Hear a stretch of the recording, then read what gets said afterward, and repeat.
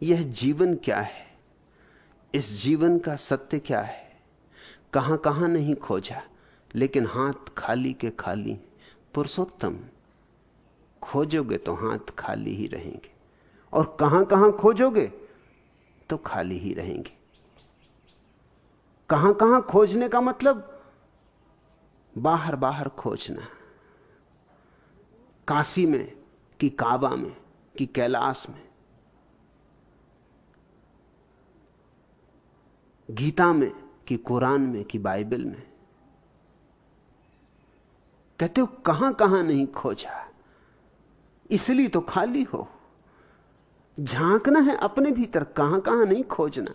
सब खोज छोड़ दो, बैठ रहो, अपने भीतर ठहर जाओ। ज्यों था त्यों ठहराया, उस स्थिरता में, उस स्थिति प्रज्ञ की अवस्था में, उस परम स्वास्थ्य में। स्वास्थ्य का अर्थ है स्वयं में ठहर जाना, स्वस्थ, स्व में स्थित हो जाना। तुम पाओगे, और मजा यह है उसे ही पाना है जिसे पाया ही हुआ है, उसे ही खोजना है जो मिला ही हुआ है। तुम उसे लेकर ही आए हो, वो तुम्हारे जन्म के साथ आया है। जन्म के पहले भी तुम्हारा था, अब भी तुम्हारा है, मृत्यु के बाद भी तुम्हारा होगा।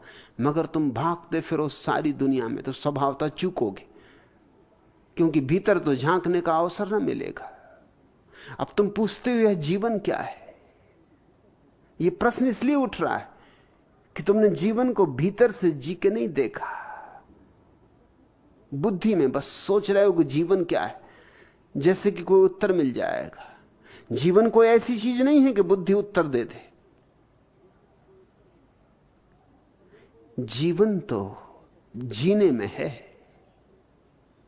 जीवन कोई वस्तु नहीं है, इसका विश्लेषण नहीं हो सकता कि टेबल पर रख के और इसका तुम विश्लेषण कर डालो, कि परख नली में रख के और इसकी जांच पड़ताल कर लो, कि तराजू पे तौल लो, कि गजों से नाप लो। ये जीवन तो तुम्हारे भीतर है।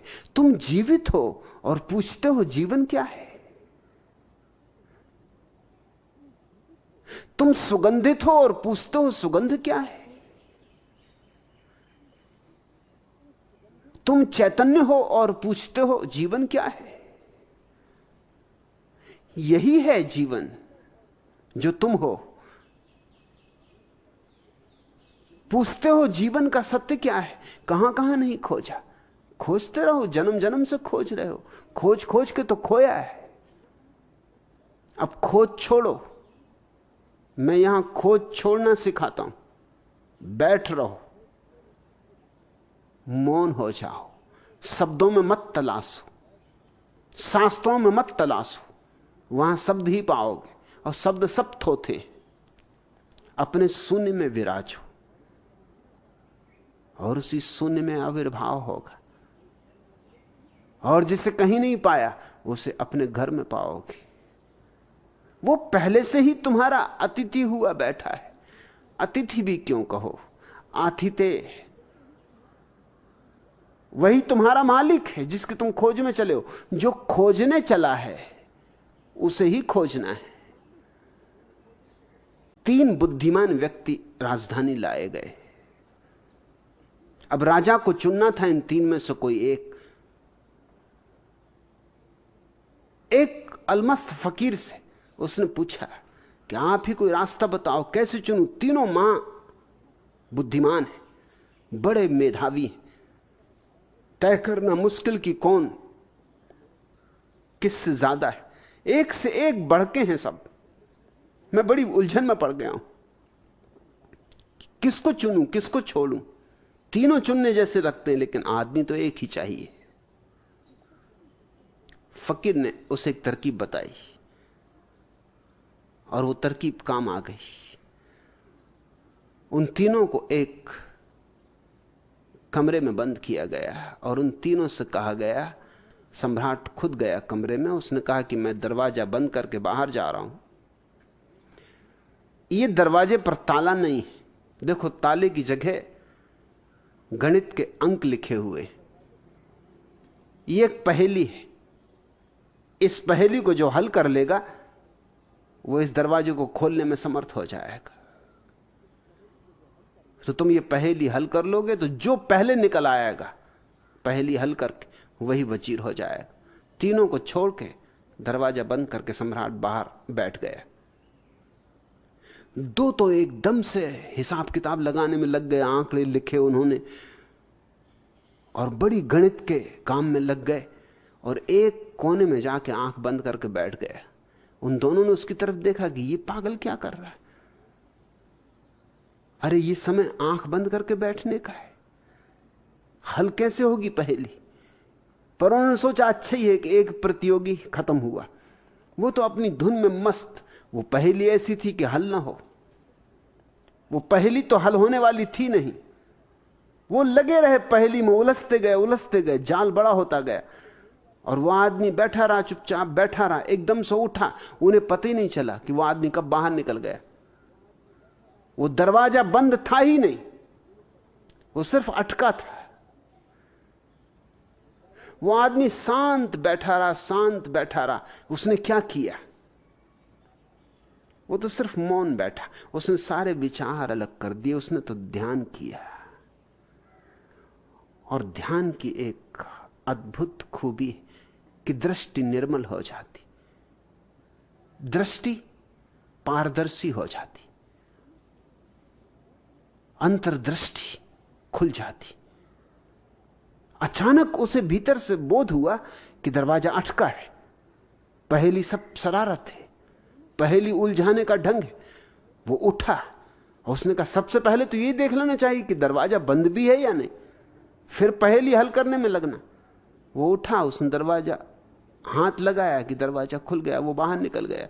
वो दोनों तो उलझे ही रहे पहेली सुलझाने में, जो सुलझने वाली थी ही नहीं। उनको तो तब नींद टूटी जब सम्राट उस आदमी को लेकर भीतर आया और उसने कहा भाइयों अब हिसाब किताब बंद करो। जिसको बाहर निकलना था वो निकल चुका है, वो वजीर चुन लिया गया। अब तुम क्या कर रहे हो? अपने घर जाओ। उन्होंने कहा वो निकला कैसे? क्योंकि वो तो सिर्फ आंख बंद किए बैठा था। सम्राट ने कहा वो फकीर ने भी मुझसे कहा था कि उन तीनों में जो ध्यान करने में समर्थ होगा वो बाहर आ जाएगा। जो गणित बिठाने में बैठेंगे वो अटक जाएंगे, जो तर्क लगाएंगे वो भटक जाएंगे। क्योंकि ये दरवाजा यूं है जैसे जिंदगी। जिंदगी कोई गणित नहीं, कोई तर्क नहीं। जीवन में ऐसे जीना है जैसे एक दर्शक, जैसे जीवन के बड़े पर्दे पर एक कहानी चल रही है और हम देख रहे हैं। एक दिन भर के लिए प्रयोग करके देखें और जिंदगी दूसरी हो जाएगी। एक दिन तय कर लें कि सुबह 6 बजे से शाम 6 बजे तक इस तरह जिएंगे जैसे एक दर्शक, और जिंदगी को ऐसा देखेंगे जैसे कहानी एक पर्दे पर चलती हुई, और पहले ही दिन जिंदगी में कुछ नया होना शुरू हो जाए। आज ही करके देखें, एक छोटा सा प्रयोग करके देखें कि जिंदगी को ऐसे देखेंगे जैसे बड़े कैनवस पर, एक बड़े पर्दे पर कहानी चलती हो और हम सिर्फ दर्शक होंगे। सिर्फ एक दिन के लिए प्रयोग करके देखें, और उस प्रयोग के बाद आप दोबारा वही आदमी कभी नहीं हो सकेंगे जो आप थे। उस प्रयोग के बाद आप आदमी ही दूसरे हो जाएंगे।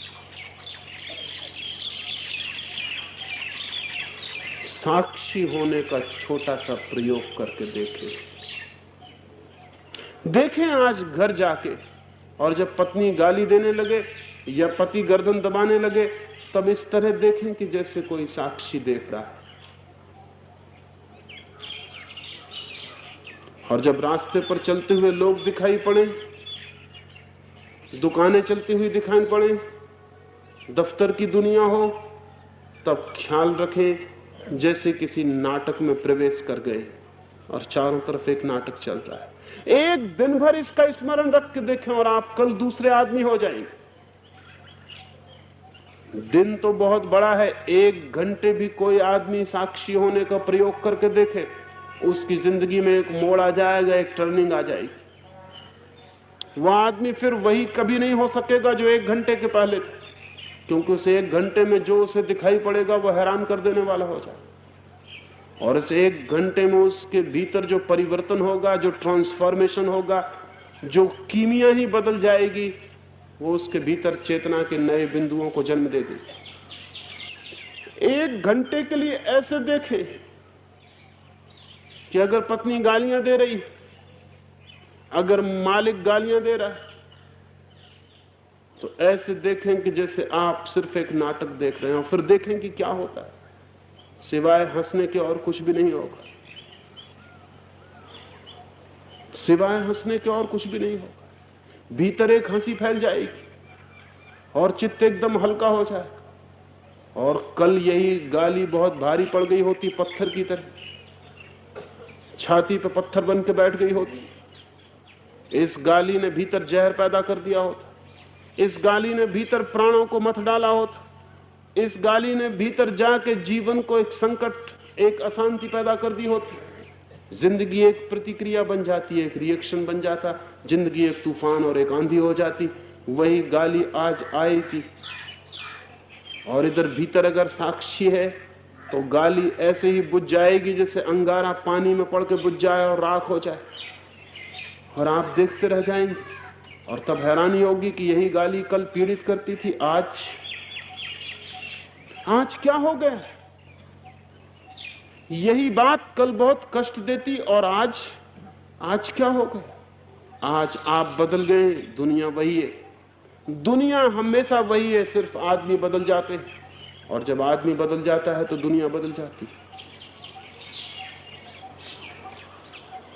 दूसरा सूत्र है, पहला सूत्र है जीवन एक सपना, दूसरा सूत्र है उस सपने में एक साक्षी की तरह जीना। साधना के यही 2 सूत्र हैं। जीवन एक सपना है और सपने में एक साक्षी की तरह जीना। और जो आदमी सपने में साक्षी की तरह जीना शुरू कर देता है, उसकी जिंदगी में क्या हो जाता है इसे शब्दों में कहना मुश्किल है।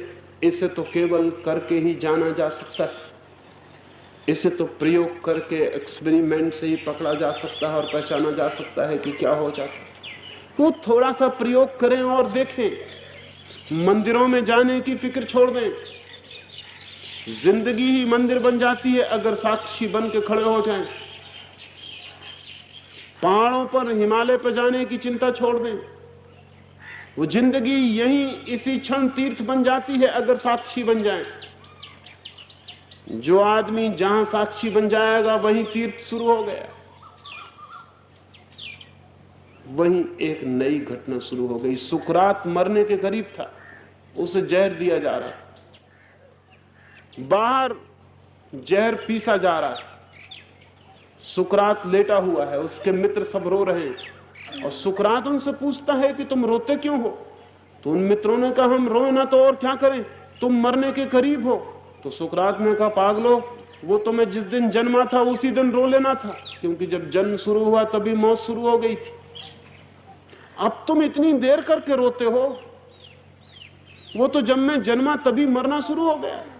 जब कहानी शुरू होती तभी उसका अंत भी आ जाता। जब पर्दे पे फिल्म शुरू होती है तभी जान लेना चाहिए कि समाप्ति भी आएगी। वो दी एंड भी तो बहुत जल्दी आ जाने वाला। वो तो प्रारंभ में ही अंत छिपा हुआ है। पागलो, सुकरात ने कहा, वो तो हम जन्मे थे तभी हमने समझ लिया था कि मर गए, बात वहीं खत्म हो गई।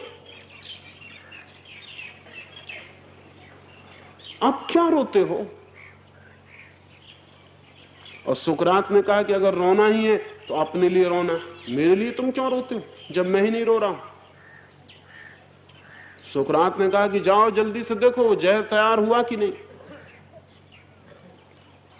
सुकरात खुद उठ के बाहर गया, उस जहर पीसने वाले से कहने लगा कि समय हुआ जा रहा है, 6 बजे जहर देना है, अभी तक जहर तैयार नहीं हुआ। वो जहर पीसने वाला कहने लगा कि मैंने बहुत लोगों को जहर दिया, तुम जैसा पागल आदमी नहीं देखा। हम चाहते हैं कि थोड़ी देर लगा दें, तुम थोड़ी देर और जिंदा रह लो, थोड़ी देर और सांसें ले लो, इतनी जल्दी क्या है मरने की। सुकरात कहने लगा जल्दी कुछ भी नहीं, लेकिन जिंदगी बहुत देख चुके, मौत को भी देख लेने का इरादा है। जिंदगी का सपना बहुत देख चुके, अब ये नई कहानी मौत की भी देख लेना चाहते हैं। इसलिए बड़ी उत्सुकता है कि जल्दी अब ये फिल्म खत्म हो और नई फिल्म शुरू हो, नया नाटक शुरू हो। इसलिए हम जल्दी पूछते हैं कि जल्दी करो। सुकरात को जहर दे दिया गया, वो आदमी इस तरह जहर पी लिया जैसे किसी और आदमी को जहर दिया गया हो। जहर पीता रहा और बातें करता रहा। जहर पी के लेट गया और कहने लगा कि मेरे पैर ठंडे हो रहे हैं, ऐसा मालूम पड़ता है कि पैर ठंडे हुए जा रहे हैं। मित्रों ने कहा कि पैर ठंडे हुए जा रहे हैं, तुम ही ठंडे हुए जा रहे हो। सुकरात ने कहा कि मैं ठंडा कैसे हो सकता हूं, मैं तो जान रहा हूं कि पैर ठंडे हो रहे हैं, मैं तो अब भी वही हूं। फिर उसने कहा कि मेरे घुटनों तक जहर छा गया, अब मेरी कमर तक के हाथ पैर ऐसे हो गए जैसे हो ही ना, मुझे पता नहीं चल रहा है। लोगों ने कहा क्या बातें कर रहे हो, तुम ही ठंडे हुए जा रहे हो। सुकरात ने कहा कि मैं तो पूरी तरह वही का वही हूं जो जहर देने के पहले था। हाँ, इतना मालूम पड़ रहा है कि हाथ पैर ठंडे हुए जा रहे हैं, हाथ पैर जा रहे हैं। ये हाथ पैर वाली कहानी खत्म हुई जाती है, अब शायद कोई दूसरी कहानी शुरू होगी। मैं तो वही हूं, मैं तो अब भी देख रहा हूं। जिंदगी भर जिसने देखा हो वो मौत को भी देख सकता है, और जो मौत को भी देख सकता है उसकी मौत कैसे हो सकती। जिसने साक्षी का भाव साध लिया वो अमृत को उपलब्ध हो जाता है। स्वामी राम अमेरिका गए, वो बड़े अजीब आदमी थे। दुनिया पे कुछ थोड़े से अजीब आदमी कभी कभी पैदा हो जाते हैं, इसलिए दुनिया में थोड़ी रौनक। स्वामी राम बहुत ही अजीब आदमी थे। अगर कोई उनको गाली दे देता तो वो खड़े होकर हंसने लगते और मित्रों को जाके कहते कि आज बाजार में राम को खूब गालियां पड़ी। तो लोग कहते राम को, आपको नहीं।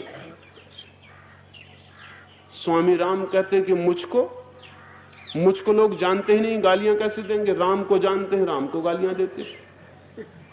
और जब राम को गालियां पड़ रही थी तब हम भीतर बैठ के हंस रहे थे मन ही मन में कि अच्छा है बेटा, खूब गालियां पड़ रही।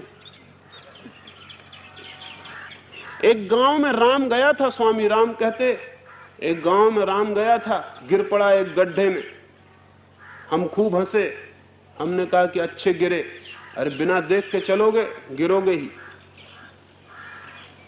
लोग कहते कि आप किसके बाबत बातें करते हैं, तो वो कहते इस राम के बाबत बातें करता हूं। और आप कौन हैं, तो वो कहते मैं तो सिर्फ देखने वाला हूं। ये राम पे कहानी चल रही, हम देख रहे हैं। ये राम की जिंदगी है, हम देख रहे हैं। ये जो देखने की बात है, ये जो देखने की तरकीब है, ये जो देखने का टेक्निक है, जिंदगी के प्रति साक्षी हो जाने की ये जो कला है, ये धर्म का सारभूत रहस्य। देखें जिंदगी को एक साक्षी होकर, और तब एक नई जिंदगी की शुरुआत हो जाती है। वो नई शुरुआत सत्य पर ले जाती है, उस सत्य पर जिसका न कभी कोई जन्म हुआ, उस सत्य पर जिसकी न कभी कोई मृत्यु होती है, उस सत्य पर जो कहानी नहीं है, उस सत्य पर जो सपना नहीं है। लेकिन अगर हम इस सपने में और कहानी में ही खोए रहें तो शायद उसका हमें कभी भी पता नहीं चलता है। बहुत कम सौभाग्यशाली लोग हैं जो जीवन के सत्य को जान पाते। अधिक लोग जीवन के सपने में ही जीते हैं और समाप्त हो जाते हैं। सपने से जागना है ताकि सत्य उपलब्ध हो सके, और कहानी से जागना है, नाटक से जागना है, अभिनय से जागना है, ताकि वो जाना जा सके जो अभिनय नहीं है, जो नाटक नहीं है, जो कहानी नहीं। उसका नाम ही आत्मा है, उसका नाम ही परमात्मा है, चाहे कोई उसे सत्य कहे या कोई और नाम दे दे। और उसको जानते ही आदमी मुक्त हो जाता है, क्योंकि सब बंधन सपने के बंधन है। कोई बंधन सच्चा बंधन नहीं, सब बंधन सपने के बंधन, सब बंधन झूठे बंधन। एक बार ये दिखाई पड़ जाए तो पता चलता है कि मैं तो मुक्त ही था, मैं तो सदा से ही मुक्त हूं। और ये जो प्रतीति है ये कितने अनंत आनंदों से भर देती है, ये कितने आलोक से भर देती है, उसकी कोई गणना करनी कठिन है। इमेजरेबल, उसको नापने का कोई उपाय नहीं, उसे शब्दों में कहने का भी कोई उपाय नहीं, उसको अभिव्यक्ति देने का भी कोई मार्ग नहीं। उसे तो बस जाना जा सकता है और जिया जा सकता है। अगर हम अपने जीवन को ध्यान से देखें तो हमारा जीवन पागलपन का जीवन लगता है। ऐसा लगता है जैसे हमने अपना रिमोट किसी और के हाथ में दे रखा है। आप घर से निकलते हैं, गाड़ी स्टार्ट करते हैं, रास्ते में किसी ने आपकी गाड़ी को क्रॉस किया और निकलते निकलते उसने खिड़की से झांक कर आपको एक दो अपशब्द कह दिए, तो इस व्यक्ति ने रिमोट को दबा दिया। अब आप वही करेंगे जो वो चाहता है। वो चाहता है कि आपको तकलीफ हो और आपको तकलीफ होगी। हमारा जीवन इन मूवमेंट से बना है, इन पल, छोटे छोटे पलों से बना है। खुशी पाने के लिए आपको कुछ बड़ा पाने की जरूरत नहीं है। छोटी चीज़ें आपको खुशी देती हैं, छोटी चीज़ें आपको पीस देती हैं। आप एक छोटे से बच्चे को देखिए, किस प्रकार से अपने खेल में वो व्यस्त है। छोटी छोटी चीज़ें उसको खुश कर देती हैं। शिव सूत्र में आता है कि विस्मयो योग भूमिका। शिव कहते हैं कि योग का आरंभ विस्मय से होता है। जैसे जैसे उम्र बढ़ती है आपका विस्मय खत्म होना शुरू हो जाता है। कुछ भी आपको चौंकाता नहीं है, कुछ भी आपको अम्यूज नहीं करता है। वर्तमान में जीना विस्मय में जीना है। क्योंकि अगर गौर से देखा जाए तो इस संसार के बारे में आप जो कुछ जानते हैं, जो कुछ समझते हैं, वो सब झूठा है, उच्छिष्ट है। किसी ने आपको बता दिया, आपने मान लिया। छोटी से छोटी चीज़ें आपकी समझ से परे हैं। जैसे आपके जीवन की शुरुआत इस श्वास से होती है। अगर अगली श्वास ना आए तो आप इस शरीर में नहीं रह सकते हैं। कभी आपने ये सोचा कि कैसे एक श्वास के बाद दूसरी श्वास आ जाती है? आप इतने सारे हजारों लाखों रंगों को अनुभव कर पाते हैं। क्या ये विस्मय की बात नहीं है? यहाँ पर योग का अर्थ है कि अपने भीतर छिपी हुई असली सत्ता को पहचानना और उससे जुड़ जाना, ये योग है। अभी से शुरू करें, जहाँ पे भी अभी आप हैं यहीं से शुरू करें कि मैं वर्तमान में जीऊँगा। और देखें जरा वर्तमान में क्या है। अक्सर हम जिस माहौल में रहते हैं, अगर आप अपने घर में रहते हैं, ऑफिस में रहते हैं, तो अपने आसपास की चीज़ों को हम अक्सर इग्नोर कर देते हैं। अक्सर हम अनदेखा, देख कर भी अनदेखा कर देते हैं। आपके पास में कोई सुंदर पेड़ है, उसे ध्यान से देखें। कितना बड़ा आश्चर्य है कि किस प्रकार से एक छोटे से अंकुर से एक पूरा वृक्ष बन जाता है। अपने चारों तरफ ध्यान से देखें। एक वृक्ष हो सकता है, एक चेयर, एक सोफा, कुछ भी आपके चारों तरफ जो भी है, जरा उसको ध्यान से देखें। बिना किसी मन के, बिना किसी विचार के चीज़ों को देखें, सिर्फ अनुभव करें। मैंने इस पेड़ को देखा और मैंने देखा कि आह कितना अच्छा ये पेड़ है। अक्सर ये होता है कि जब आप किसी चीज़ को पहली बार देखते हैं तो कुछ क्षण के लिए आप विचार मुक्त हो जाते हैं, परंतु अब मैं इस पेड़ को देखूंगा और फिर मैं कहूँगा कितना कितना अच्छा पेड़ है, हरा है। लेकिन ऐसा ही एक पेड़ मैंने अपने रिश्तेदार के यहाँ पे देखा था, वो तो इतना हरा नहीं था। कहाँ से लाए होंगे? शायद ये अच्छी नर्सरी से लेके आए होंगे। मैं जब यहाँ से जाऊँगा तो एड्रेस लूँगा कि कहाँ से ये पेड़ लिया है इन्होंने। मैंने भी एक पेड़ लगाया था पिछले महीने, पर वो चल नहीं पाया। मैंने अपने बेटे को बोला था कि उसमें पानी डालें, पर मेरे बच्चे तो मेरी सुनते ही नहीं हैं। किसी ने पानी नहीं दिया उसमें। शर्मा जी के घर में तो इतने अच्छे संस्कार हैं, जो भी घर में कोई मेहमान आता है तो उनके पैर छूते हैं। मेरे बच्चे तो ऐसा कुछ करते नहीं हैं। अगर आप ध्यान से देखें तो इस पूरे प्रकरण में क्या हुआ कि आपने शुरू किया एक प्यारे से पौधे से आपने शुरू किया, जिसको देख के आपके भीतर विस्मय का भाव उठा, हाँ कितना सुंदर है।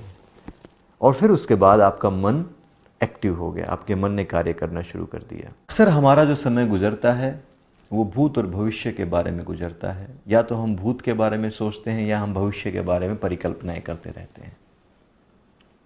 परंतु हम एक बात भूल जाते हैं कि जो कुछ भी आप भूत और भविष्य में परिकल्पना करते हैं वो आप केवल वर्तमान में कर सकते हैं। अपने ध्यान को भूत और भविष्य से हटाकर श्वास पर ले जाएं। कुछ चीज़ें ऐसी होती हैं जहाँ पर उस वस्तु के बारे में, उस व्यक्ति के बारे में, उस परिस्थिति के बारे में सोचने से आप उसमें कोई भी सुधार नहीं कर पाएंगे। तो वर्तमान में जीने का एक तरीका है श्वास पे ध्यान दें। आपके मन के भीतर विचारों का कोलाहल हो, बहुत ज़्यादा विचार आए, उस समय श्वास पे चले जाएं। जिस प्रकार से एक बहुत बड़े जहाज को एक एंकर किनारे पे बांधे रखता है, उसी प्रकार से आपके मन को ये जो श्वास है ये बांधे रखेगी। आपको सुबह की शुरुआत करनी है तो सुबह उठते ही अपने मोबाइल की तरफ ना भागें, अपने फेसबुक, व्हाट्सएप नोटिफिकेशंस की तरफ ना भागें।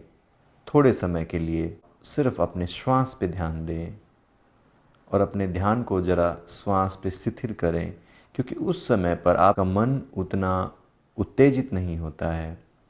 उसके बाद उठकर अगर आप अपने दैनिक कार्य करते हैं, विचार आपको बार बार परेशान करेंगे, विचार आपको कहेंगे कि ये बहुत ज़रूरी है, इसके बारे में सोचना है, इसके बारे में प्लानिंग करनी है। वो प्लानिंग आप आधे घंटे के बाद में भी कर सकते हैं, 15 मिनट के बाद भी कर सकते हैं। थोड़े समय के लिए सिर्फ अपने ध्यान को श्वास पे रखें। जब आप ऐसा करते हैं तो आपके भीतर एक गहराई का, एक स्टिलनेस का प्रादुर्भाव होता है, जिससे आप अपने निर्णय भी अच्छे तरीके से ले पाते हैं और जो आपके दैनिक कार्य हैं वो भी आप अच्छे से कर पाते हैं। हर रोज़ सुबह आधा घंटा, 1 घंटा, 2 घंटा अपने सारे कार्य करते हुए आपको कुछ भी छोड़ना नहीं है, सब कुछ कीजिए। बेटे को स्कूल के लिए तैयार करना है, अपनी बीवी की, आपको अपनी वाइफ की हेल्प करनी है किचन में जाके, आप सब कुछ कीजिए, लेकिन आपका जो ध्यान है वो अपने श्वास पे रहे और आप देखेंगे कि ये बड़ा आसान है, इससे कोई आपको हानि नहीं होगी। दूसरा तरीका है, अपने दोनों हाथों को इस प्रकार से हथेलियों को खोल के ऊपर की तरफ रखें, इस प्रकार से, और अपनी आंखें बंद करें और एक प्रश्न पूछें स्वयं से कि क्या मैं अपने बिना अपनी आंखों को खोले हुए, बिना अपने हाथों को हिलाए, क्या मैं अपने हाथों को महसूस कर सकता हूं? आपको लगेगा कि बिना अपनी आंखों को खोले मैं देख नहीं सकता, बिना अपने हाथों को हिलाए मुझे कैसे पता लगेगा, लेकिन थोड़ा सा समय इसको दें, इस प्रक्रिया को दें, तो आपको मिलेगा कि जहाँ पे आपके हाथ हैं वहाँ पे आपको हल्की हल्की वाइब्रेशंस का अनुभव होगा। यही अनुभव आपको अपने पैरों में भी हो सकता है और एक प्रकार की झंझनाहट, एक प्रकार की वाइब्रेशन को आप अनुभव कर पाएंगे। ये जो आपके शरीर के भीतर आपको महसूस हो रहा है, ये आपका अंत शरीर है। तो अपने ध्यान को अपने अंत शरीर पर रखना शुरू करें।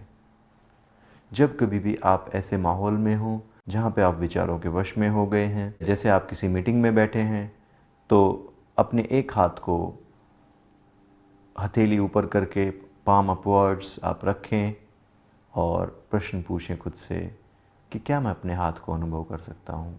जब आप अपने अंत शरीर को अनुभव कर पाएंगे तो निश्चित तौर पर आपके विचार रुक जाएंगे। तीसरी जो विधि है जिससे आप वर्तमान में आ सकते हैं वो है साइलेंस को सुने। ये बहुत ही शक्तिशाली विधि है, बहुत जगह पर इसका उल्लेख आता है।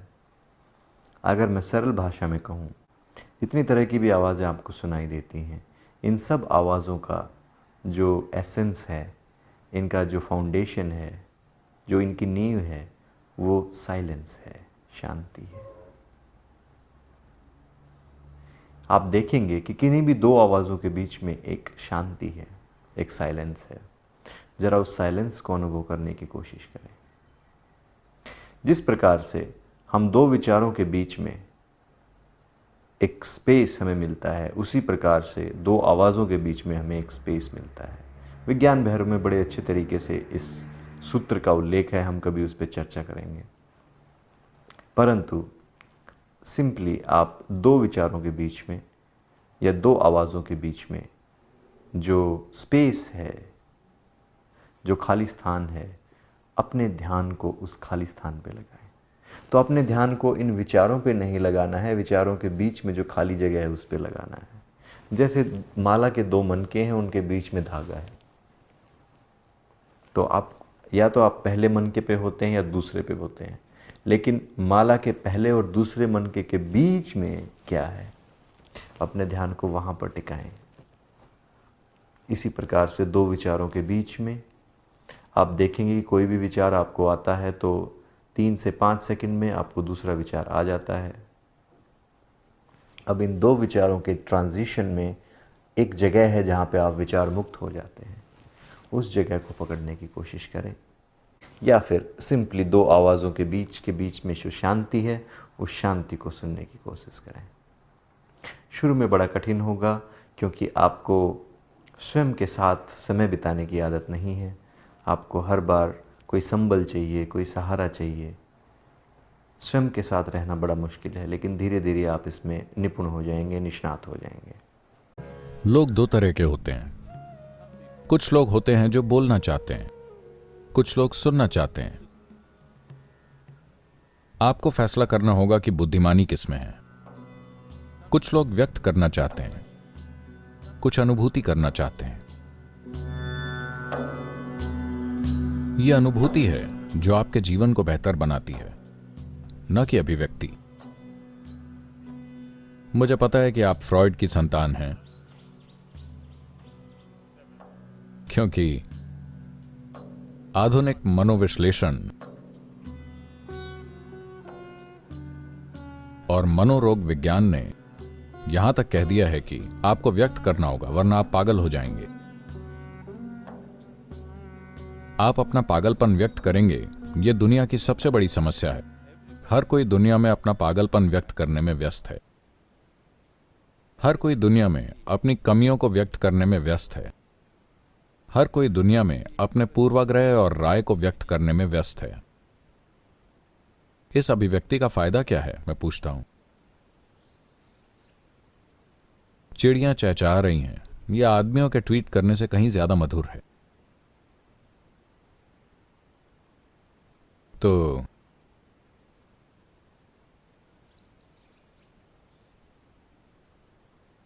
अभिव्यक्ति जीवन को खर्च करने की तरह है। इसको खर्च करना, अनुभूति जीवन को बेहतर बनाना है। आपके लिए यह जीवन बेहतर बनाने के लिए होना चाहिए, खर्च करने के लिए नहीं। मैं चाहता हूं आप इस पर ध्यान दें। जीवन के इस पल में आप बस आराम से बैठिए और उन सभी चीजों को देखिए जिनकी अभिव्यक्ति आपसे हुई है। सामाजिक नजरिया छोड़ दीजिए, बस जीवन की तरह देखिए। आप एक दिन पैदा हुए और आप एक दिन मर जाएंगे। इसके बीच में वो सारी चीजें जो आपने कही हैं और की हैं और व्यक्त की हैं, इनका मतलब क्या है? जीवन में इनका महत्व क्या है? आपके जीवन में या किसी और के जीवन में? ठीक है, इस पल में मैं कुछ कह सकता हूं और किसी को प्रभावित कर सकता हूं। शायद मैं किसी बच्चे को कुछ सिखा सकता हूं और क्या कहते हैं, उसे कुछ सिखाने में, सही से रहने में सहायता कर सकता हूं या ऐसा कुछ। लेकिन असल जीवन में, जीवन के अंश के रूप में इसका क्या मतलब है? जो भी चीजें मैंने व्यक्त की हैं, इनका कोई मतलब नहीं है। लेकिन जो भी आपने अनुभूति की है, वो आपको जीवन में आगे, काफी आगे लेकर जाएगा। आपने पहले से जो भी थोड़ी बहुत अनुभूति की है, अगर आप उसे व्यक्त करना चाहते हैं तो मैं कहूंगा ठहरो। ये बेचैनी, आप जानते हैं, पूरी दुनिया में है। ये एक अमेरिकन चीज हुआ करती थी, लेकिन अब ये हर जगह है। हर कोई बेचैन है। इससे पहले कि वो 20 साल के हों, वो चाहते हैं कि उनके जीवन में सब कुछ हो जाए। हर चीज जो आप जीवन में कर सकते हैं वो हो जानी चाहिए, क्योंकि इस चीज की बेचैनी है। एक डर है कि कहीं आप खुद को व्यक्त ना कर पाएं। अभिव्यक्ति के लिए डरने की जरूरत नहीं है, क्योंकि अगर आप अनुभूति की गहराई में जाते हैं तो आपकी अभिव्यक्ति शाब्दिक नहीं, कर्म से नहीं, बल्कि आकाशीय तरीके से होती है, और यही लोग हमेशा जीवित रहते हैं। आज मेरे अनुभव में अगर मैं बस बैठ जाऊं, मेरे लिए चाहे आदि योगी हों या कृष्ण या बुद्ध या कोई भी योगी जो अपनी भौतिक प्रकृति से परे जिए, वो सब मेरे लिए अभी यहां पर हैं। वो यहां जीवित हैं, वो भूतकाल में नहीं हैं। जब मैं उनके बारे में बोलता हूं, मैं ऐसे बात करता हूं जैसे वो यहीं हैं, क्योंकि वो यहां हैं। जब आप अपने शरीर से काम करते हैं तो ये अस्तित्व में एक तरह के निशान छोड़ता है और ये मिट जाता है। अगर आप अपने मन से शक्तिशाली तरीके से कुछ काम करते हैं तो ये बड़ा निशान छोड़ता है, लेकिन ये कुछ समय बाद मिट जाता है। अगर आप अपनी भौतिक ऊर्जा को विशेष तरीके से गुंजायमान करते हैं तो ये एक बहुत बड़ा निशान छोड़ता है जो बहुत लंबे समय तक रहता है, फिर ये मिट जाता है। अगर आप इससे परे कुछ करते हैं, आप अपनी मूलभूत चेतना से कुछ करते हैं, तो जो निशान आप छोड़ते हैं वो हमेशा के लिए होते हैं। जब धरती नहीं रहेगी, आपको पता है, आप जानते हैं, सौर मंडल का अपना एक जीवन काल है। जब ये अपने में ही समा जाए या फट जाए, जिस तरह से भी ये खत्म हो, धरती के जाने के बाद भी जो कुछ खास लोगों ने छोड़ा है वो रहेगा। आपने मार्कंडेय के बारे में सुना है? मार्कंडेय सौर मंडल का विनाश होने पर भी जीवित रहे और फिर वापस आए, क्योंकि जो आप अपनी चेतना के साथ करते हैं वो भौतिक चीजों के साथ नहीं मरता है। भौतिक चीजों के मरने का मतलब किसी इंसान के मरने से नहीं है। जब सौर मंडल भी मर जाए, ब्रह्मांड भी मर जाए, पूरी गैलेक्सी मर जाए, जो आपने चेतना के स्तर पर किया है वो नहीं मरेगा। यह हमेशा के लिए निशान छोड़ता है और हमेशा के लिए उपलब्ध रहता है। किसी भी प्रकृति का कोई भी जीव जो जरूरी बोध रखता है, उस जीव के लिए यह हमेशा उपलब्ध रहता है। तो अपने जीवन को अभिव्यक्ति पर फोकस ना करें, यह बेकार जाएगा। Perception. Let this life be a lifetime of perception. अनुभूति, इस जीवन को अनुभूति का जीवन काल बनाएं। सारी साधना ज्यादातर अनुभूति की दिशा में होती है। अभी एक टीचर ट्रेनिंग प्रोग्राम चल रहा है, हम उनसे वो बोलने को कह रहे हैं जो वो जानते भी नहीं हैं। यह खतरनाक रास्ता है। मैं लगातार उन्हें सावधान कर रहा हूं। एक टीचर को हमेशा अलर्ट होना चाहिए, नहीं तो अज्ञानता आत्मज्ञान का रूप ले लेगी, जो कि बहुत खतरनाक है, जो हर जगह हो रहा है। किताबें और इंटरनेट लोगों के साथ यही कर रहे हैं, कुछ भी ना जानते हुए आप सब कुछ जानते हैं, है ना? तो सबसे महत्वपूर्ण चीजों में एक, अगर आप अपने जीवन में आकाशिक तत्व कुछ मजबूती और उपस्थिति के साथ लाना चाहते हैं, तो एक चीज है, लोग सालों के लिए मौन में क्यों जाते हैं? कोई अभिव्यक्ति नहीं, केवल अनुभूति। क्योंकि आप कह क्या सकते हैं? आइए सुने, ये सुने कि सृष्टि और सृष्टिकर्ता क्या कह रहे हैं। हमें सुनना है, हमें अनुभूति करनी है, व्यक्त नहीं करना है। तो साधना ज्यादातर 95% अनुभूति की तरफ है।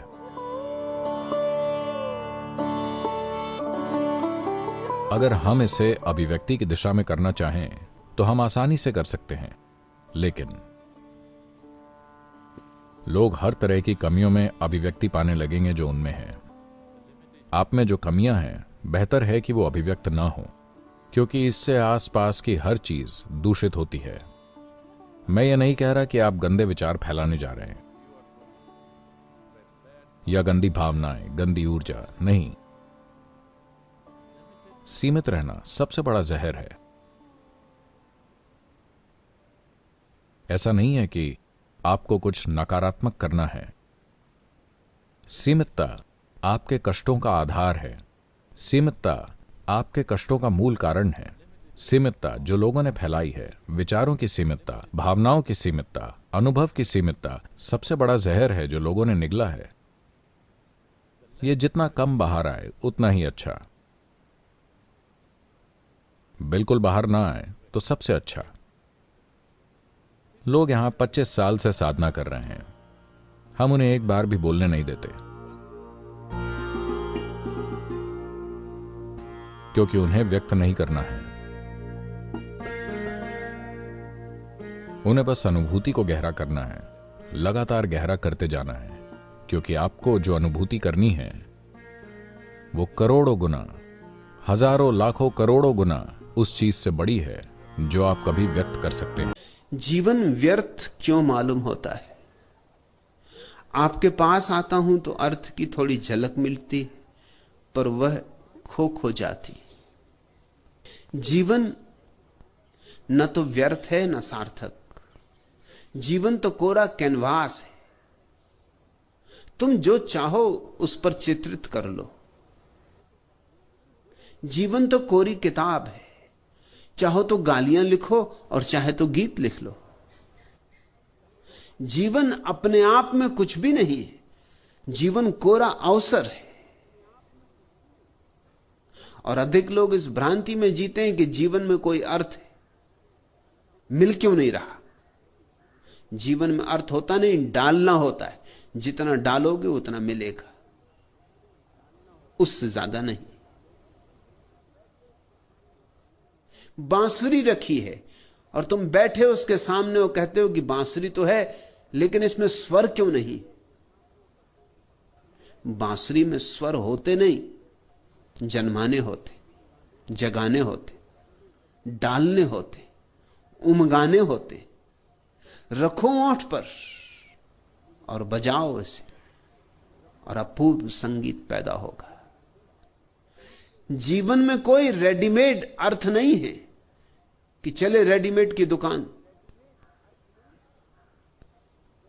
और तैयार कपड़े पहन के लौट आए। जीवन तो सिर्फ एक खुला अवसर है, जो चाहो वही बन जाएगा। इसलिए बुद्ध इसी में निर्वाण बना लेते, हिटलर जैसे लोग इसी में महानरक बना लेते। इसी में कोई तुम्हारे पास बैठा स्वर्ग में जीता है और तुम नरक में जीते हो।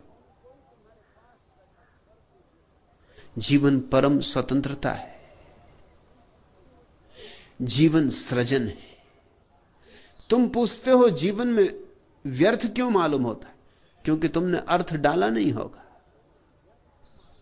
बगिया खाली क्यों मालूम होती? तुमने बीज बोए ना होंगे।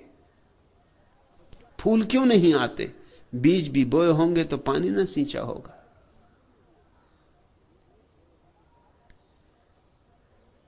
सृजनात्मक बनो तो अर्थ होगा। और जो लोग भी सृजनात्मक नहीं है उनका जीवन व्यर्थ रहेगा। मगर कसूरवार वे स्वयं, कोई और कसूरवार नहीं है। फिर तुमने पूछा आपके पास आता हूं तो अर्थ की थोड़ी झलक मिलती। झलक ही मिलेगी। ऐसे ही जैसे कि तुम रास्ते पर चलते अंधेरे में और फिर एक आदमी आ जाता जिसके हाथ में लालटेन है और तुम उसके साथ हो लेते। जितनी देर तक लालटेन वाला आदमी तुम्हारे साथ होता है रास्ते पर रोशनी होती। फिर आ गया चौराहा और उस आदमी ने कहा नमस्कार भाई, अब मैं अपनी राह चला। फिर घन घोर अंधेरा है। अब तुम हैरान होते हो कि अभी तक थोड़ी झलक थी, अब घनघोर अंधेरा क्यों? मेरे दिए की रोशनी में थोड़ी देर चल सकते हो, मगर वो तुम्हारे दिए की रोशनी नहीं। तुम्हारे दिए की रोशनी होगी तो ही सदा रोशनी तुम्हारे सांस रहेगी, नहीं तो झलकें मिलेंगी। बगीचे में गए तो सुगंध मालूम पड़ेगी, फिर घर गए वहां कहां सुगंध मालूम पड़ेगी, जब तक कि तुम्हारा घर भी बगीचा ना बन जाए। मेरे पास बैठोगे थोड़ी देर तो मेरी मस्ती तुम्हें आच्छादित करेगी, मेरे गीत तुम्हारे गान बनेंगे, मेरे प्राणों के साथ तुम्हारा थोड़ा सा संबंध जुड़ेगा, थोड़ा सत्संग होगा, थोड़ा रस बहेगा, थोड़ा तुम भी चखोगे, थोड़ी बूंदाबांदी होगी। मगर इससे केवल इतना ही समझना कि बूंदाबांदी हो सकती है, रोशनी हो सकती है, रस हो सकता है। अब मैं इसे कैसे पैदा करूं? अगर मैं पैदा कर सकता हूं तो तुम भी पैदा कर सकते हो। मैं तुमसे जरा भी भिन्न नहीं हूं, तुम मुझसे जरा भी भिन्न नहीं हो। जो मेरे भीतर संभव है वो तुम्हारे भीतर संभव है। इसलिए मैं इन धारणाओं के बहुत विपरीत हूं। हिंदू कहते हैं कि राम अवतार हैं, ऊपर से आए। अवतार का मतलब ही होता उतरे, अवतरित हुए। मैं इस बात के पक्ष में नहीं, क्यों अगर राम अवतार है और उनमें अगर सुगंध है तो हमारे किस काम की? वो तो अवतार है, आकाश से आए हैं, ठीक है। हम तो आकाश से आए नहीं, हम तो जमीन से ही उगे। कृष्ण अवतार है नहीं, अवतार की धारणा मुझे पसंद नहीं। मुझे तो जैनों के तीर्थंकर की धारणा ज्यादा पसंद है। तीर्थंकर का अर्थ होता है अवतार नहीं, हमारे बीच ही पैदा हुए, हम जैसे ही लोग, ठीक हम जैसे लोग, लेकिन फिर उनके जीवन में फूल खिले, उससे भरोसा बनता है। अगर तुम्हारे जैसे ही व्यक्ति के जीवन में फूल खिल सकते हैं, तुम्हारे ही जैसे मांस मज्जा का बना हुआ व्यक्ति, तुम्हारे ही पृथ्वी का अंग, तो तुम्हारे भीतर भी फूल खिल सकते हैं। तीर्थंकर का अर्थ है जो अपनी ही चेष्टा से तीर्थ बना, जो था ठीक तुम जैसा, लेकिन एक दिन कुछ उसके भीतर घटा कि वह रोशन हो उठा। महावीर, बुद्ध, पार्स, नेमी, ये तुम जैसे ही लोग हैं, अवतार नहीं। इनका अवतरण नहीं हुआ, ऊर्ध्व गमन हुआ है। ये आकाश की तरफ उठे, पैदा हुए थे जमीन से। तुम भी जमीन से पैदा हुए हो, तुम भी आकाश की तरफ उठ सकते हो।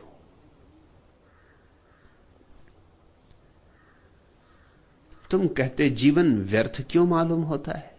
क्योंकि तुमने व्यर्थता के बीज बोए होंगे। लोग बीज ही व्यर्थता के बो रहे हैं। कोई धन कमा रहा है, अब धन से कहीं जीवन सार्थक हुआ है? सुविधापूर्ण हो जाएगा, सार्थक नहीं हो सकता। सुविधा सार्थकता नहीं है। तुम अपने एयर कंडीशन कमरे में बैठे रहो, व्यर्थ हो तो व्यर्थ ही हो। एयर कंडीशनिंग सार्थकता नहीं दे सकती। कोई एयर कंडीशनिंग करने वाली कंपनी इसका दावा भी नहीं करती। हां, ताप नहीं होगा कमरे में, शीतलता होगी, मगर तुम तो तुम ही हो। अगर तुम्हारे भीतर गालियां ही घूमती हैं तो एयर कंडीशन क्या करेगा? और सुविधा से घूमेंगी, ठंडक पाके। धूप धाप में थोड़ी देर शायद भूल भी जाते होगे। तुम कितनी ही सुंदर व्यवस्था कर लो बाहर, लेकिन जब तक तुम्हारे भीतर गीत पैदा नहीं हो रहा है, बाहर की व्यवस्था क्या करेगी? और ख्याल रखना, फिर दोहरा दूं, मैं बाहर की व्यवस्था के विपरीत नहीं। बाहर तुम जो भी व्यवस्था करते हो ठीक है, लेकिन उतने पर रुक मत जाना। उतने से अर्थ पैदा नहीं होता। अर्थ के लिए कुछ और करना होगा। बाहर की व्यवस्था पैदा होती विज्ञान से, अर्थ भीतर की घटना है, पैदा होता धर्म से। व्यवस्था पैदा होती विज्ञान से, अर्थ पैदा होता ज्ञान से। सुविधा पैदा होती है बाहर के आयोजन से, शांति और आनंद पैदा होता है भीतर के आयोजन से। तुमने भीतर के लिए किया क्या है? धन कमाया, मकान बनाया, बच्चे हैं, परिवार है, सब ठीक, और मैं इनमें से किसी का विरोधी नहीं हूं, मगर भीतर के लिए तुमने क्या किया? भीतर भांवर डाली, भीतर बजी सहनाई, भीतर उस प्यारे को तलाशा, भीतर मारे साथ फेरे, तुम देखते हो 7 फेरे मारने पड़ते हैं जब विवाह होता। ये भीतर के 7 फेरों के बाहर प्रतिबिंब मात्र है, क्योंकि भीतर 7 चक्र हैं मनुष्य के जीवन में, और प्रत्येक चक्र का फेरा लग जाए तो तुम सहस्त्रार तक पहुंचते हो। भीतर के 7 चक्र ही बाहर के 7 फेरे बन गए, और 7 फेरे बांधने पड़ते हैं अग्नि के चारों तरफ। भीतर के 7 फेरे भी भीतर की अग्नि को जगा के डालने पड़ते हैं, और भीतर की अग्नि जगती है प्रभु की प्यास से, प्रज्वलित प्यास से। जैसे कोई मरुस्थल में भटका हो और प्यास लगे, तो उसकी प्यास साधारण प्यास नहीं है, आग है। ऐसे ही जब तुम्हारे जीवन में परमात्मा की प्यास जगती, उसके बिना एक क्षण जीना संभव नहीं, तो तुम्हारे भीतर अग्नि पैदा होती, अग्नि प्रज्वलित होती। वही असली यज्ञ है। और उस यज्ञ के चारों तरफ जब तुम 7 फेरे पूरे कर लेते हो, तो सहस्त्रार में अर्थ का कमल खिलता है। तुम पूछते हो जीवन में अर्थ क्यों नहीं? तो क्योंकि तुमने पैदा नहीं किया है। और आपके पास आता हूं तो अर्थ की थोड़ी झलक मिलती, झलक ही मिलेगी, यह भी कुछ कम नहीं। झलक मिलती तो भरोसा आता है कि अर्थ हो सकता है, फिर अर्थ पैदा करना पड़ेगा। झलक पर ही निर्भर मत रह जाना। वो तो तुम किसी बड़े वीणा वादक को सुनोगे तो मस्त हो जाओगे, फिर घर जाके तुम ये मत सोच लेना कि तुम वीणा वादक हो गए। फिर वीणा वादन सीखना होगा। उस मस्ती ने तुम्हें एक याद दिला दी, सच। उस मस्ती ने तुमसे यह कहा कि वीणा से ऐसा चमत्कार हो सकता है। और वीणा तुम्हारे घर में भी रखी है, और तुम्हारे पास भी अंगुलियां हैं वैसी ही जैसे वीणा वादक के पास, लेकिन अंगुलियों और वीणा के तार में थोड़ा संबंध जोड़ने का अभ्यास करना होगा। वही अभ्यास साधना है। तमसोमा ज्योतिर्गमय, हे प्रभु मुझे अंधकार से प्रकाश की ओर ले चल। अस्तोमा सद्गमय, हे प्रभु मुझे असत से सत की ओर ले चल। मृत्योर्मा अमृत गमे, हे प्रभु मुझे मृत्यु से अमृत की ओर ले चल। प्रभु के बिना मृत्यु हो तुम, प्रभु के बिना असत्य हो तुम, प्रभु के बिना अंधकार हो तुम। तू उठा तो उठ गई सारी सभा, सिर्फ मंदिर थरथराता रह गया। उसके बिना तो तुम केवल एक मंदिर हो कपते हुए, बिना देवता का मंदिर। अर्थ क्या उसमें? संगीत कहां उसमें? समारोह कहां उसमें? पुकारो मंदिर के देवता को। और ऐसा भी नहीं है कि मंदिर का देवता कहीं दूर है, पास से भी पास है। तुम भी अपने जितने पास हो उससे भी ज्यादा पास है। बस पुकारो। उसी पुकार का नाम प्रार्थना है। प्रार्थना तुम्हें जीवन में अर्थ देगी, और झलक ही नहीं, अनुभव देगी। और ऐसा अनुभव जो तुम्हारी संपदा बन जाए। सत्संग तो सिर्फ इसीलिए है ताकि भरोसा आ जाए। सत्संग तो इसीलिए है ताकि तुम्हारे भीतर तलाश शुरू हो जाए। सत्संग अंत नहीं है। सत्य हुए बिना अंत कैसे हो सकता है?